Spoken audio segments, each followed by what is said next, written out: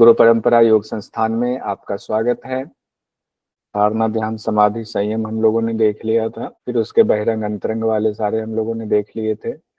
फिर हम लोगों ने चित्त के जो 3 परिणाम है उसको देखा था। फिर भूत और इंद्रिय के 3 परिणाम को देखा था। फिर हम लोगों ने देखा था भूत इंद्रिय के बाद धर्म और धर्मी। धर्मी क्या होता है? जो हमेशा हर अवस्था में रहता है, बस उसका परिवर्तन, अवस्था परिवर्तन होता है लेकिन वो रहता है, धर्मी है।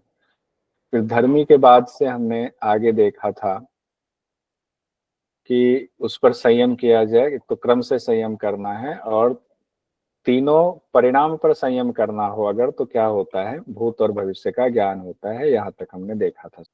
हम लोग 17वें सूत्र से आज बढ़ेंगे। 17वें सूत्र से अब ज्यादातर ऐसे सूत्र हैं जिसमें आपको जो संयम हमने पढ़ा हुआ है, संयम किस पर कैसे संयम लगाएंगे तो उसका क्या फल होगा, इसकी चर्चा है।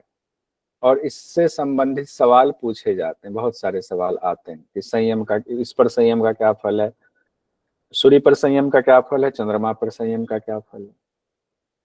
हम लोग आते हैं 17वें सूत्र में। महर्षि पतंजलि कहते हैं, हम लोग पढ़ रहे हैं तृतीय पाद यानी विभूति पाद की चर्चा हो रही है। शब्दार्थ प्रत्ययानाम इतर इतर अध्यासात शंकर तत् प्रविभाग संयमाद सर्वभूत रूत ज्ञानम भूत रुत ज्ञानम। कहते हैं एक तो यहाँ पर आया हुआ है शब्द, अर्थ और प्रत्ययानाम। प्रत्ययानाम का मतलब होता है ज्ञान। तो शब्द, अर्थ और ज्ञान ये तीनों अलग अलग चीज हैं। जैसे मेरा नाम कौशल है तो कौशल एक शब्द हुआ, कौशल शब्द का अर्थ कुछ अलग होगा। और जो कौशल है अगर इनके बारे में जानेंगे तो इनका जो ज्ञान होता है वो अलग होगा। तीनों चीजें अलग अलग है लेकिन उसके बावजूद तीनों मिली हुई होती है। जैसे कि हम लोगों ने समाधि में पढ़ा हुआ था कि शब्द, अर्थ और ज्ञान समाधि में हम लोगों ने सवितर्क समाधि में पढ़ा हुआ था। उसके बाद हमने पढ़ा हुआ था शब्द और ज्ञान का अर्थ नहीं रहता, अर्थ निर्भाषा, अर्थ भासता है उसका। तो समाधि की बात हो रही थी। अब उसी से अगर यहाँ लिंक करने की कोशिश की जाए तो किसी भी विषय वस्तु है, कोई भी ऑब्जेक्ट है जिस पर हम समाधि कर रहे हैं, समाधि मतलब डायरेक्ट तो जाएंगे नहीं, धारणा ध्यान फिर समाधि पे आएंगे, मतलब संयम कर रहे हैं तो उसमें 3 चीज है, शब्द, अर्थ और उसका ज्ञान है। कहते हैं तीनों अलग अलग होने के बावजूद तीनों मिला होता है। शंकर मतलब कहते हैं कि वो मिला होता है। और मिले होने के बावजूद जब हम संयम करते हैं, समाधि करते हैं, पहले धारणा ध्यान और समाधि, तो अलग अलग करते हैं, उसके विभाग में करते हैं। शब्द पर अलग होता है, अर्थ पर अलग होता है, उसके ज्ञान पर अलग होता है। अब यहाँ कहते हैं कि शब्द, अर्थ और ज्ञान पर यानी अलग अलग विभाग पर जब संयम करते हैं, धारणा ध्यान समाधि करते हैं, तो सब प्राणियों की वाणी का ज्ञान हो जाता है। तो तो इसका अर्थ कई जगहों पर कई व्याख्याकारों को हमने देखा है। ऐसे में योग दर्शन जो ये है क्या कहते हैं, गीता प्रेस का, उसमें पढ़ रहा था। उसमें उन्होंने साफ साफ लिखा हुआ है, पतली वाली किताब है उसकी बात कर रहा हूँ, उसमें लिखा हुआ है कि ये मैं सिर्फ शब्द का अर्थ जो है वो लिख रहा हूँ। संयम में मैंने कभी संयम किया नहीं, मेरी कोई सिद्धि है नहीं, इसीलिए इसको पूरी तरह समझा पाना मेरे वश की बात नहीं है। और वही स्थिति यहाँ भी मेरे लिए भी है कि मेरी भी कोई सिद्धि है नहीं, कोई संयम हमने किया नहीं है। बस जो शब्द है, जो सूत्र है, उसका जो शब्दार्थ है उसको हम बता सकते हैं जो बाकी जगहों पर है। हालांकि बड़े बड़े व्याख्याकारों ने इसकी व्याख्या की है लेकिन उतना हमें जानने की जरूरत नहीं, परीक्षा की दृष्टि से उतने की जरूरत है भी नहीं। तो शब्द, अर्थ और ज्ञान जो तीनों मिला हुआ होता है, किसी चीज पर हम समाधि करते हैं तो उसके अलग अलग विभाग में जब हम संयम करते हैं तो कहा गया है कि सभी प्राणियों की वाणी का ज्ञान हो जाता है, सर्वभूत ज्ञानम कहा गया है। परीक्षा की दृष्टि से इतना काफी है। उसका 18वां जो सूत्र है उसमें कहा गया है संस्कार साक्षात करनात् पूर्व जाति ज्ञानम। संस्कारों पर संयम करने से पूर्व जन्म का ज्ञान हो जाता है। इसकी व्याख्या थोड़ी बाकी ऊपर वाले सूत्र के मुकाबले थोड़ा आसान है।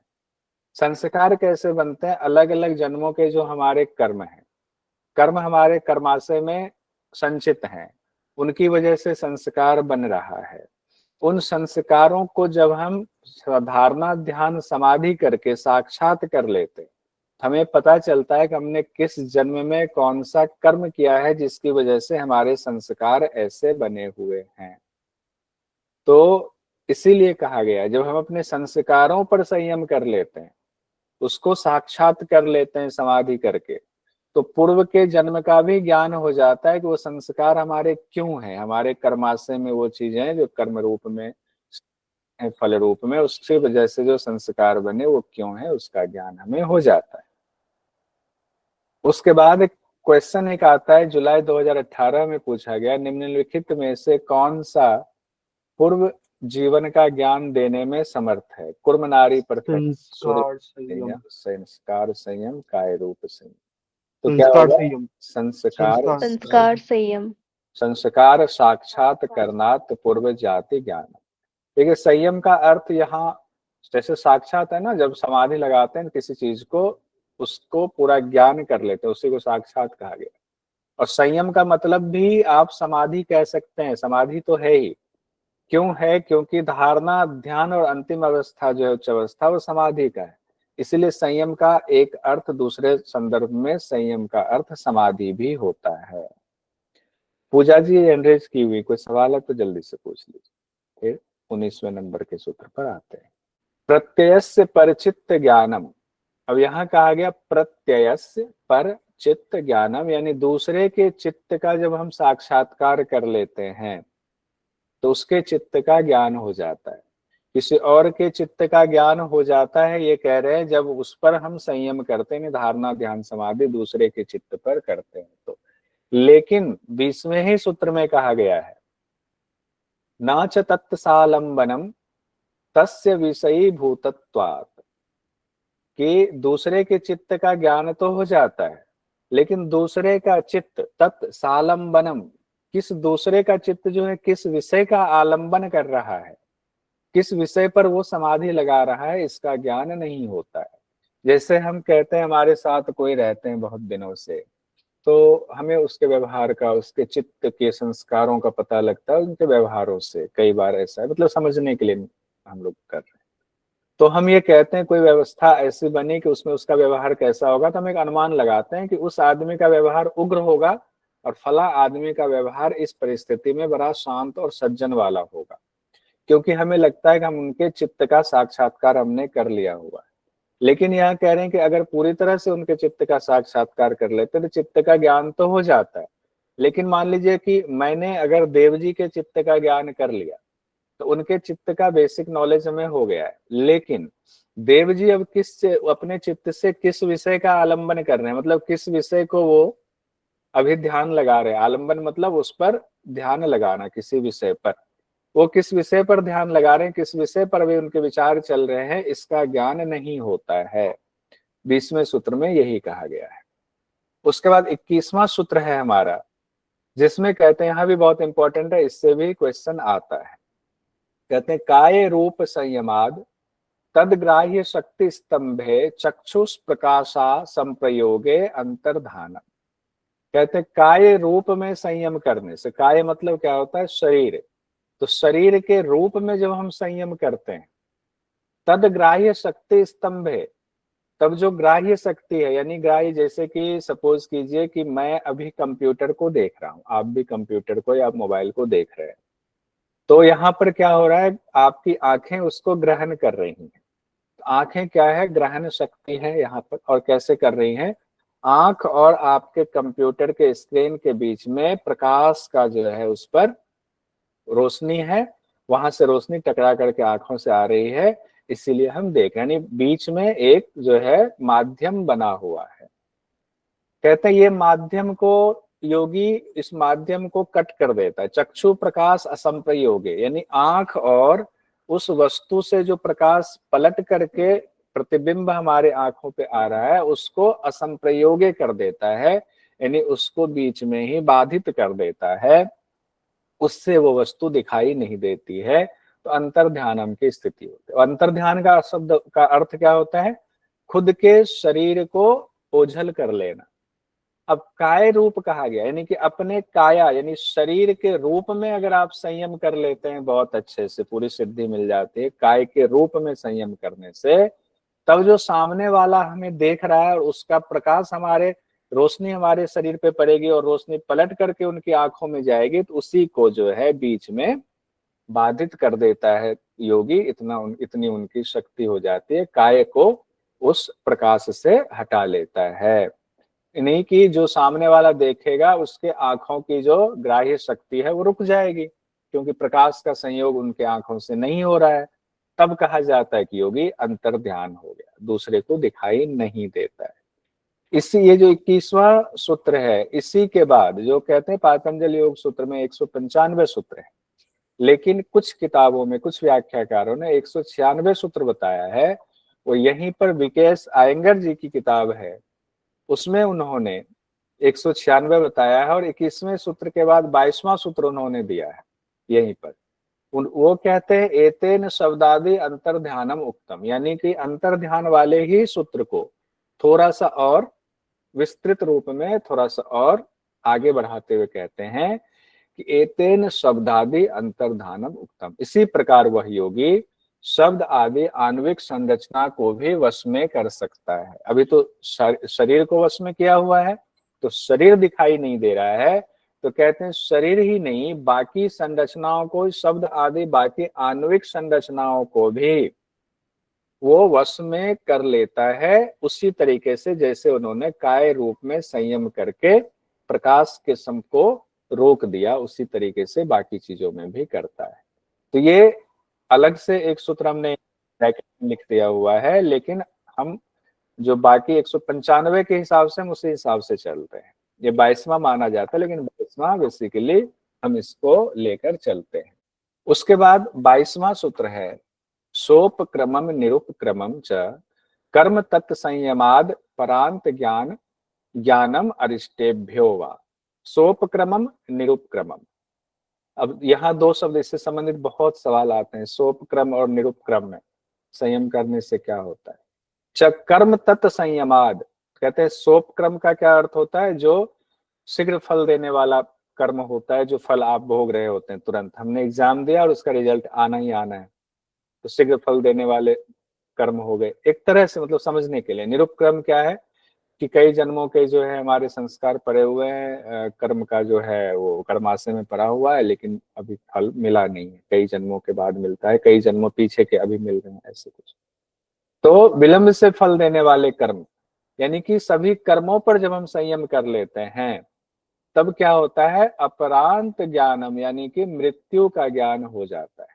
अपरांत ज्ञानम मतलब होता है मृत्यु का ज्ञान हो जाता है।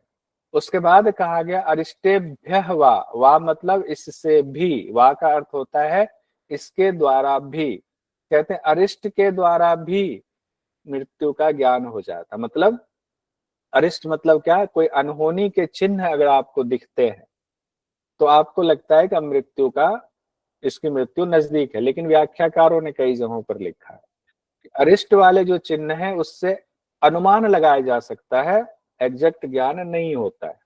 तो अरिष्टेभ्य वा में ये कहा गया। तो यहाँ दो चीजें आई कि सोपक्रम और निरुपक्रम, ऐसे कर्मों पर जब आप संयम करते हैं तो आपको मृत्यु का ज्ञान होता है। साथ ही अरिष्ट के चिन्ह पर भी जब आप संयम करते हैं, अरिष्टों के चिन्ह पर भी का भी जब आपको ज्ञान होता है, कोई ऐसे चिन्ह देखते हैं तो उससे भी मृत्यु का अनुमान लगाया जाता है।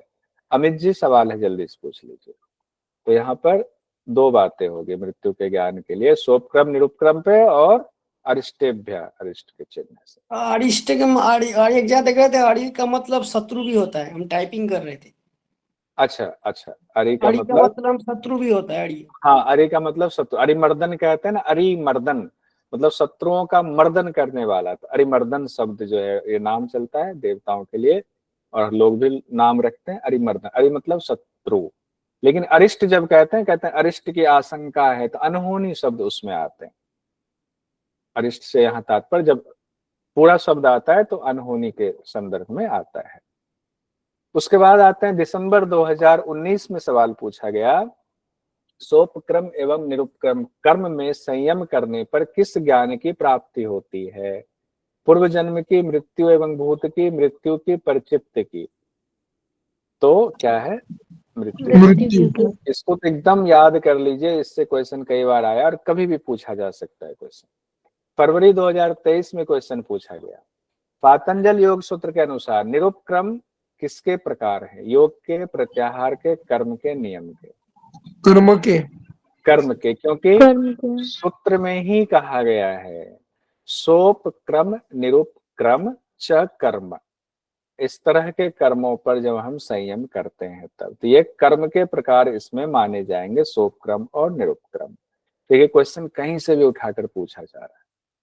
अगला 23वें नंबर का सूत्र है हमारा मैत्र्यादिषु बलानि। मैत्री आदिशु बलानी, यानी कि मैत्री आदि भावनाओं में संयम करने से कहा गया है कि बल मिलते हैं। करने से क्या होता है? ताकत मिलती है, बल मिलते हैं। तो कई व्याख्याकारों ने इसको कहा है जो भावना चतुष्टय वाला है उसमें चौथा वाला छोड़ के बाकी तीनों का कहा गया। मैत्री, करुणा, मुदित कहा गया, चौथा तो अलग है, बाकी ये भावना है, आदि भावना। तो भावना 3 माना गया है। किसको? मैत्री, करुणा और मुदित को भावना माना गया। कहा गया है कि उन तीनों से इसका तात्पर्य लगाते हैं अगर कि उसमें अगर हम संयम करते हैं तो बल मिलता है। अब निमोनिक इसमें ऐसे याद रख सकते हैं, मित्र से आपको शक्ति मिलती है। मित्रता किसी से है तो आप मानते हैं कि ये मित्र हमारे लिए शक्ति के रूप में है। तो मैत्री आदि पर संयम करने से बल की प्राप्ति होती है। आगे जब बल की बात आ रही है तो एक और बल के सूत्र है, महर्षि पतंजलि ने बताया हुआ है बलेषु हस्ति बलादिनी। बलेषु हस्ति बलादिनी कहा गया है कि बल पर संयम करने से, बल पर संयम करने से क्या होगा? हस्ति बलादिनी। हस्ति बलादिनी का तात्पर्य है हाथी आदि के बल जैसे बल मिल जाएंगे। अब कहा गया है कि अब जब किस पे बल करेंगे? हाथी का बल कैसे मिलेगा? तो बल पे संयम करेंगे। इसका मतलब है कि हाथी के बल पर संयम करने से उनके जैसी शक्ति आ जाएगी, उनके जैसा बल आ जाएगा। तो जैसे आदि शब्द लगाया तो इसका तात्पर्य यह है कि अगर हम गरुड़ पर करें ध्यान तो क्या गरुड़ जितनी शक्ति मिल जाएगी, उस पर अगर संयम करें तो मिल जाएगी। अगर हम बाघ पे संयम करें तो बाघ जितनी शक्ति मिल जाएगी। तो कहा गया है कि अगर हाथी आदि के बलों में संयम करते हैं तो उनके ही समान हमें बल की प्राप्ति होती है। लेकिन यहाँ पर शब्द सिर्फ हाथी दिया है, लेकिन आदि शब्द होने से बाकियों के लिए भी ये दरवाजा खुल जाता है। बाकी चीजों पर भी संयम करने से उतनी ही शक्ति हम प्राप्त कर लेते हैं। चूंकि हमने कहा कि बहुत आसान है, इसमें बहुत व्याख्या में जाएंगे नहीं तो बहुत जल्दी ये हमारा कंप्लीट होगा। एक बार एक रास्ता नारायण में देखता हूँ कितने लोग मौजूद हैं। आज लोगों की संख्या भी थोड़ी कम है। अच्छा नहीं है संख्या, ठीक ठाक है, बढ़िया, अच्छी बात है। आरजू जी, आकांक्षा जी, अमित जी, अन्नू जी, अर्चना जी, आशा जी, वेदन जी, भारती जी, भारती लोधी जी, भूमि जी, देव जी, गायत्री जी, कविता जी, रंजू जी, माधुरी जी, मानसी जी, मेघा जी, नीतू जी, नेहा बिहोर जी, नेहा जोशी जी, पलक जी, पायल जी, राधे श्याम जी, रामवल्लभ जी, रमेश जी, रितु जी, रिया सेन जी, रोशनी जी, रुचि जी, संतोष जी, सरिता जी, सिनी जी, शीतल उके जी, स्वाति जी, विश्रांति जी, यश जी और योग अमृत जी। बहुत सुंदर, ठीक है, बढ़िया बात है। उसके बाद 25वें नंबर का जो हमारा सूत्र है, कहते हैं प्रवृत्त्यालोकन्यासात सूक्ष्म व्यवहित विप्रकृष्ट ज्ञानम। अब यहाँ पर इस सूत्र से भी पीछे के कुछ सूत्र जुड़े हुए हैं, ये ध्यान रखना है। प्रवृत्त्या आलोक न्यसात, 3 शब्द इसमें है और उससे भी इंपॉर्टेंट परीक्षा की दृष्टि से यहाँ के 3 शब्द हैं। कहते हैं सूक्ष्म, एक शब्द है सूक्ष्म, दूसरा है व्यवहित और तीसरा है विप्रकृष्ट। इनका ज्ञान होता है कैसे? प्रवृत्ति के आलोक का उस पर प्रकाश डालने से। प्रवृत्ति के आलोक का न्यासात मतलब प्रकाश, से टॉर्च जलाया, आपको अंधेरे में अभी कुछ नहीं दिख रहा है, आपके हाथ में टॉर्च, आपने टॉर्च जलाया, टॉर्च की रोशनी जहां तक जा रही वहां तक की चीजें आपको दिखने लगती है, उससे पहले वो चीजें नहीं दिख रही थी। तो कहा गया प्रवृत्ति का जो आलोक मतलब प्रवृत्ति का जो प्रकाश है उसको जब आप डालते हो, किस पे डालते हो, कहते हैं कि सूक्ष्म आवरण युक्त और दूरस्थ वस्तुओं पर जब उसको हम लगाते हैं तो उनका ज्ञान हो जाता है। अभी तक सूक्ष्म विषयों का हमें ज्ञान नहीं था, लेकिन प्रवृत्ति का प्रकाश उसमें हमने लगाया। अब प्रवृत्ति का प्रकाश क्या है वो भी बात करते हैं। तो सूक्ष्म वस्तु जो है वो भी हमें पता चल गया। सूक्ष्म मतलब बहुत ऐसी चीजें जो साधारण आंखों से, हमारी इंद्रियों से जिसकी जानकारी नहीं लग सकती है, सूक्ष्म हो। आवरण युक्त मतलब ढकी हुई चीजें, जमीन के अंदर कुछ गड़ा हुआ है, कोई है दीवार के उस तरफ कोई चीज रखी हुई है, आवरण युक्त हो गया, दीवार आवरण है, मिट्टी आवरण हो गया, समंदर में कोई चीज है, नदी में कोई चीज है, आवरण है। वहां पर भी अगर हमने लगाया, प्रवृत्ति का प्रकाश डाला, तो वो चीजों का भी ज्ञान हो जाता है। दूरस्थ वस्तु, दूरस्थ मतलब अभी मैं दिल्ली में बैठा हूँ, नागपुर में क्या हो रहा है, नागपुर में भी अगर हमने अपनी प्रकृति का प्रकाश डाला, प्रवृत्ति का प्रकाश डाला, तो नागपुर की जानकारी मिल जाएगी। अमेरिका में ट्रंप साहब क्या कर रहे हैं, किस पे अब लगाने वाले हैं रेसिप्रोकल टैरिफ, उसका ज्ञान हो सकता है हो जाए। एक बात कह रहा हूँ कि ट्रंप साहब क्या कर रहे हैं, वहां जो है उनके जो दूसरे वाले हैं बड़े बिजनेसमैन, वो क्या कर रहे हैं, तो दूरस्थ वस्तुओं में लगाने से उनका ज्ञान हो जाएगा। अब सवाल ये है, अब यहाँ 3 शब्द को एग्जाम में पूछा जाता है, इसको पहले ध्यान रखिए, फिर प्रवृत्ति के प्रकाश पर आते हैं। सूक्ष्म, आवरण युक्त और दूरस्थ वस्तु, इसको एकदम याद कर जाइए। सूक्ष्म, आवरण युक्त और दूरस्थ। सूक्ष्म मतलब एकदम ऐसी चीजें जो साधारण आंखों से नहीं दिखाई देती। आवरण युक्त मतलब ढका हुआ। दूरस्थ मतलब बहुत दूर जो चीज है उसका ज्ञान होता है। कैसे? प्रवृत्ति के प्रकाश को जब उस पर हम लगाते हैं, टॉर्च जलाते हैं। तो प्रवृत्ति के प्रकाश का अर्थ क्या है? मन की ज्योतिष्मती प्रवृत्ति को कहा गया। मन की ज्योतिष्मती प्रवृत्ति का अर्थ क्या है कि सतरज तम है, तो सात्विक यानी रज और तम जो प्रवृत्ति है आपकी, उस प्रवृत्ति को आपने कंट्रोल में कर लिया और सात्विक प्रवृत्ति को आपने बढ़ा लिया। उसी को ज्योतिष्मती प्रवृत्ति भी कहा गया है, पहले हम लोगों ने पढ़ा है। यानी कि सात्विक प्रवृत्ति को आपने इतना ज्यादा कंट्रोल में कर लिया हुआ है कि उसमें जब संयम करते हैं और उसको जहां पर लगा देते हैं, जिस सूक्ष्म वस्तु में, कि अभी हमारे आंखों के सामने यहाँ कोई ऐसी सूक्ष्म चीज है जो दिखाई नहीं दे रही है, लेकिन हम पूरा अपने प्रवृत्ति के आलोक को, यानी कि उस सात्विक प्रवृत्ति को यहाँ लगाकर ढूंढने की क्या कुछ यहाँ है, तो कोरोना के कीड़े वीड़े तो नहीं है, तो पता चल जाएगा। एक बात क्या है, उसी तरीके से कहा गया कि आवरण युक्त चीजें भी दिख जाएंगी, कि दीवार के उस तरफ कोई चोर तो नहीं छिपा हुआ है, दूर कहीं पर कोई सामान तो नहीं रखा हुआ है। तो सूक्ष्म और छिपी हुई और दूर की वस्तु का भी ज्ञान हो जाता है।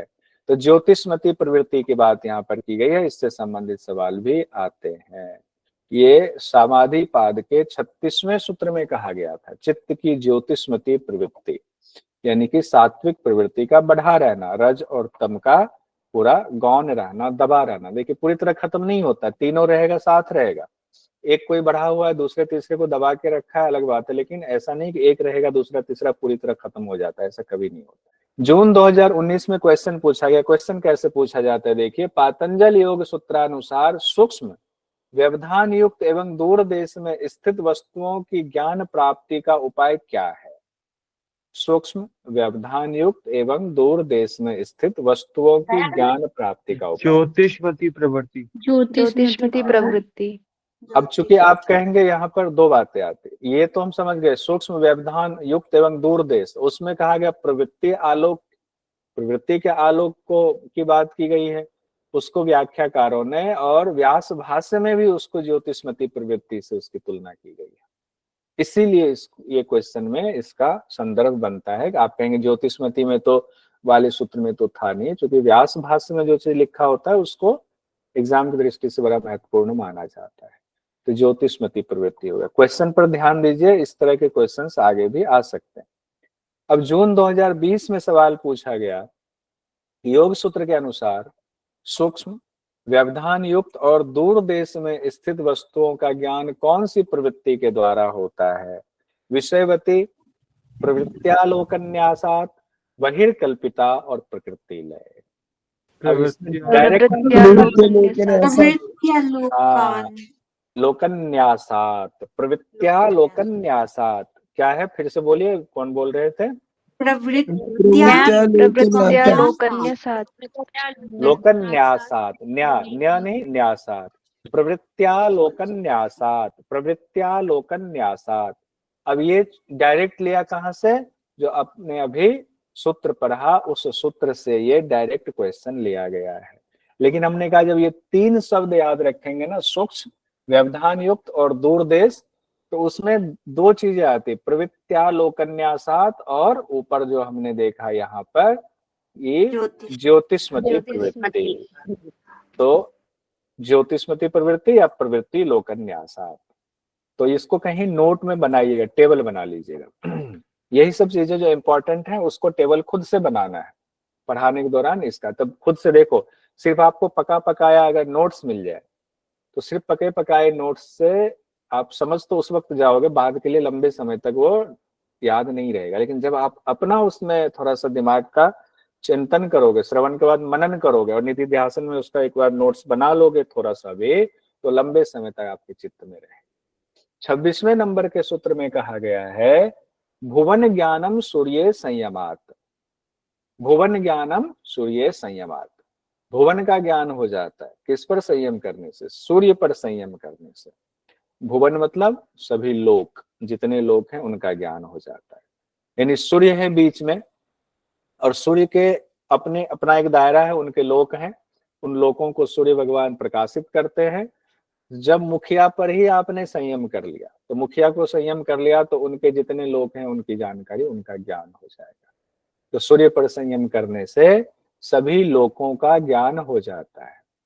चंद्रे तारा व्यूह ज्ञानम, चंद्रमा पर ज्ञान संयम करने से ताराओं की व्यूह का, व्यूह मतलब रचना, कि कौन सा तारा कहाँ पर है, किस गति से कौन घूम रहा है नहीं घूम रहा है, उसका ज्ञान होता है। कैसे होता है ताराओं के व्यूह का ज्ञान, चंद्रमा पर संयम करने से ताराओं के व्यूह का ज्ञान होता है।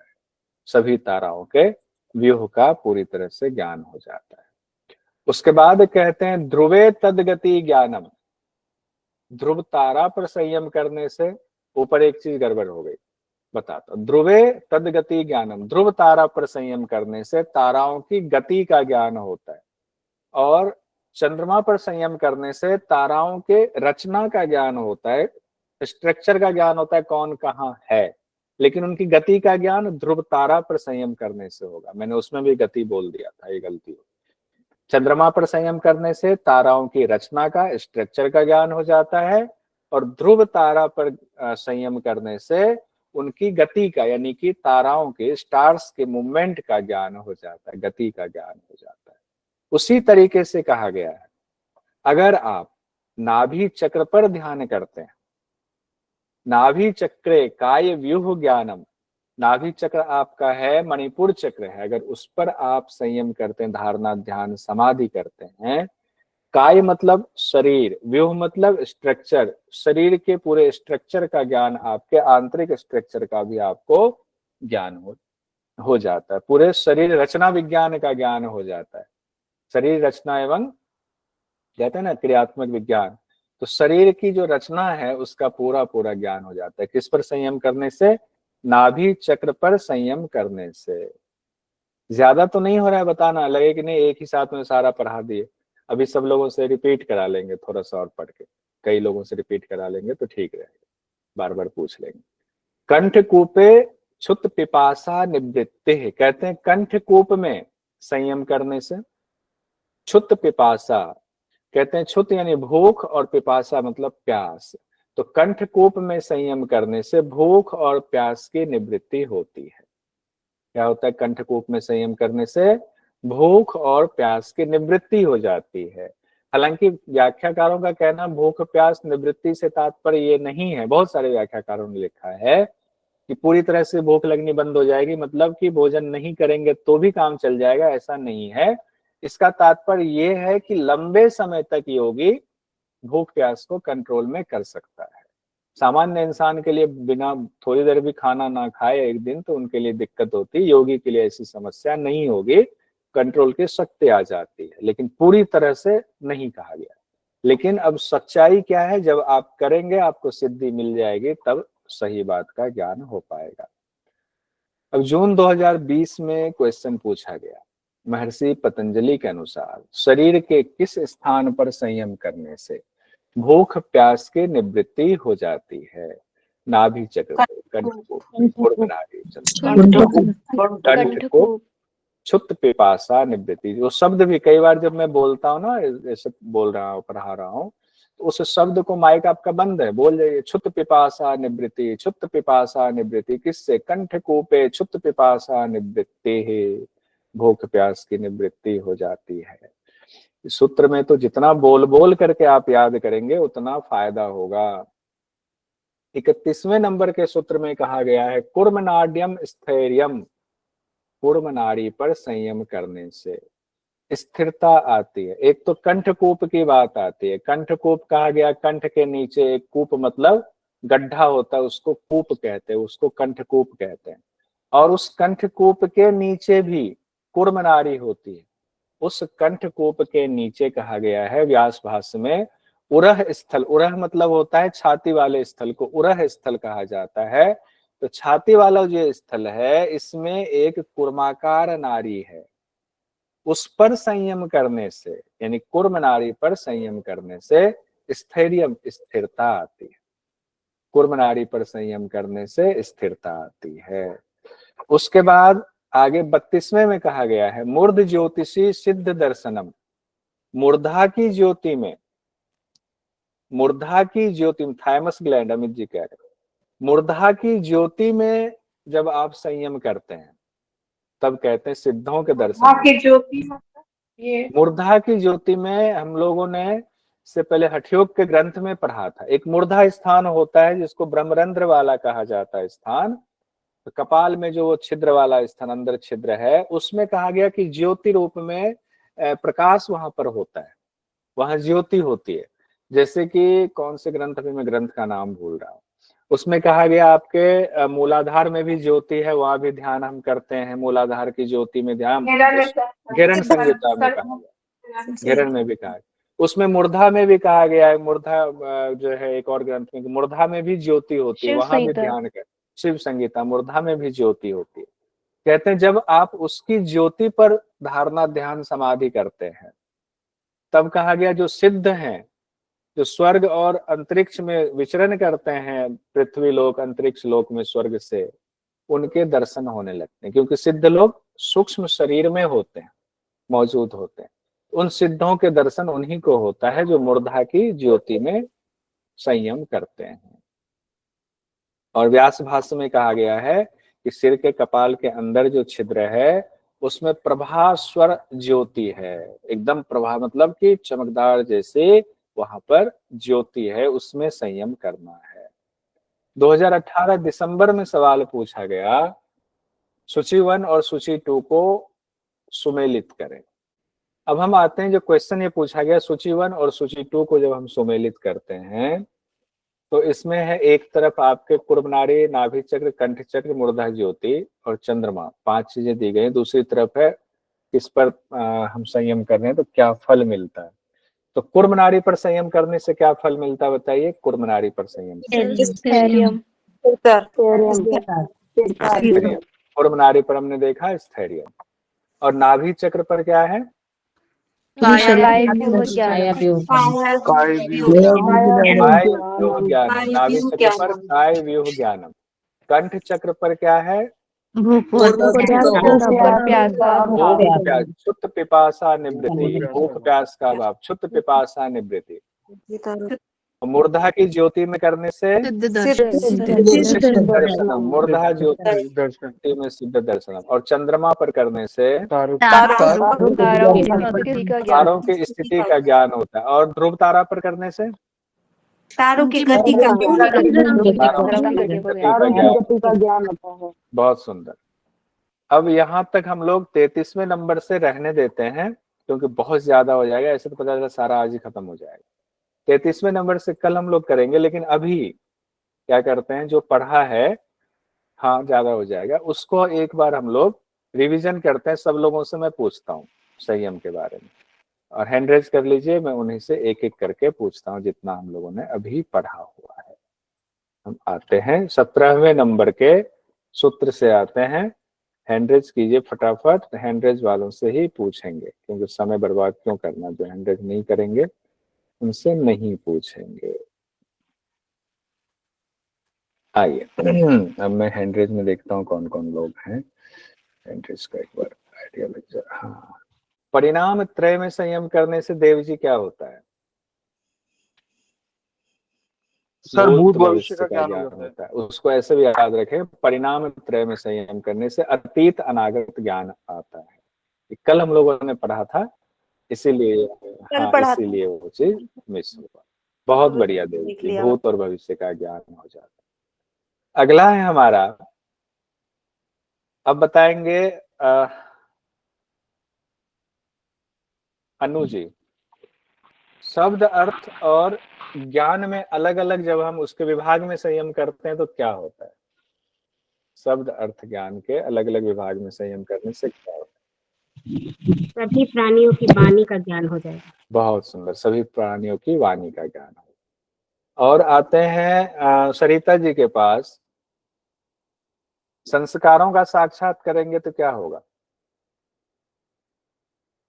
संस्कारों पर संयम कर लिया तो क्या होगा सरिता जी?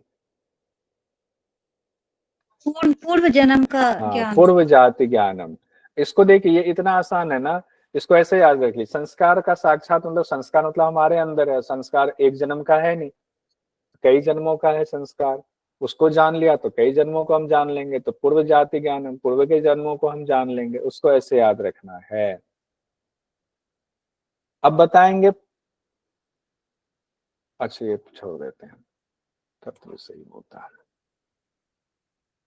मानसी गहलोत जी बताएंगे, काय रूप पर संयम करने से क्या होता है? काय रूप पर संयम करने से क्या होता है? सर शरीर के रूप में संयम कर लेने से काय रूप संयम, अंतर ध्यानम क्या होता है? अंतर ध्यान। अंतर ध्यान। काय रूप अंतर ध्यान। संयमात तद ग्राह्य शक्ति स्तंभे चक्षु प्रकाश असंप्रयोगे, यानी कि तब अंतर ध्यान होने की शक्ति आ जाती है। रिया जी बताएंगे, सोपक्रम निरुपक्रम पर संयम से क्या होता है? सर मृत्यु का ज्ञान होता है। भूमि जी बताएंगे, अरिष्ट अरिष्ट के उससे क्या होता है? अरिष्ट पर जब हम जानकारी मिलती है तो उससे क्या होता है? अरिष्ट के चिन्ह पता चलने से किसका ज्ञान होता है?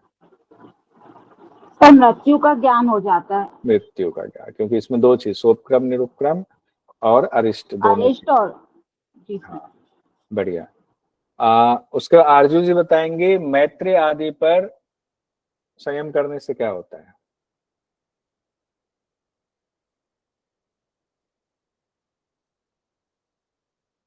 सर बल मिलता है उससे। बल मिलता है। हाथी पर संयम करेंगे तो क्या होगा सिनी जी? सर हाथी जैसे जो भी प्राणियों का बल होता है वो शक्ति हम में आ जाती है। अच्छा ठीक है। सूक्ष्म व्यवधान युक्त दूर देश में स्थित वस्तुओं के ज्ञान की प्राप्ति कैसे होगी? पहला उपाय क्या है वो नेहा बिहोर जी बताएंगे। उपाय एक ही है, उसी को दो तरीके से कहा गया है। पहला क्या कहा गया है? तो उसमें ज्योतिषमती प्रवृत्ति हाँ, एक तो ज्योतिषमती प्रवृत्ति होगी, दूसरा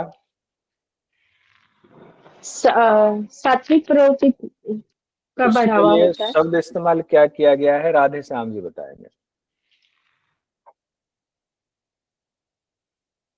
सर सूक्ष्म आवरण युक्त और दूरस्थ।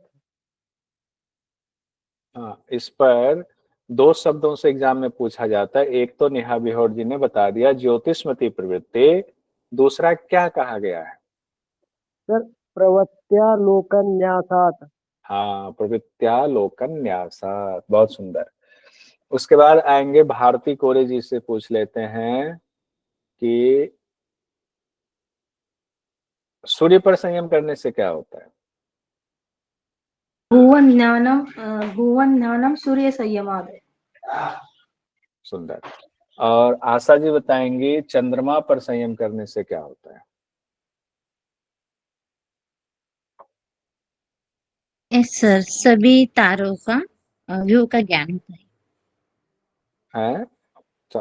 हाँ ठीक है, चंद्रमा, ठीक है, बढ़िया। रंजू जी बताएंगे ध्रुव तारा पर संयम करने से क्या होता है? के तारों की गति का ज्ञान होगा। गायत्री जी बताएंगे नाभि चक्र पर संयम करने से क्या होता है? सर नाभि चक्र से देह ज्ञान होता है। नहीं, क्या होता है? देह ज्ञान मिलता है। उसको, हाँ ठीक है, आप सही हैं। उसमें ऐसा यही शब्द रखिए यार, काय व्यूह ज्ञानम। काय व्यू ज्ञान। ठीक है, वो सिंपल तो याद रहेगा ही। अगर संस्कृत वाला भी याद हो गया तो डबल आपके पास ऑप्शन हो जाएगा। अगर इंग्लिश में संस्कृत में पूछ दिया, संस्कृत भी होगा। ठीक है। अब जवाब देंगे देव जी, बताइए कंठकूप में संयम करने से क्या होगा? सर भूख प्यास की निवृत्ति हो जाती है। भूख प्यास की निवृत्ति, क्षुत्त पिपासा निवृत्ति, क्षुत्त क्षुत्त पिपासा पिपासा निवृत्ति। और मानसिक एलर्जी बताएंगे कुर्म नाड़ी में संयम करने से क्या होगा? सर स्थिरता आ जाती है, स्थैर्य। मूर्धा की ज्योति में ध्यान करने से क्या होगा भूमि जी? मूर्धा की ज्योति में ध्यान करने से सिद्ध पुरुषों के दर्शन हो जाते हैं। सिद्ध पुरुषों के दर्शन हो जाते हैं। यहाँ तक हम लोगों ने पढ़ लिया। मुझे नहीं लगता अब किन्हीं को इनमें दिक्कत होनी चाहिए, सिंपल ही था। इसमें एक वन लाइनर टाइप का था जो हमें याद करना है। इसमें समझने के लिए बहुत कम था, याद करने के लिए ज्यादा था।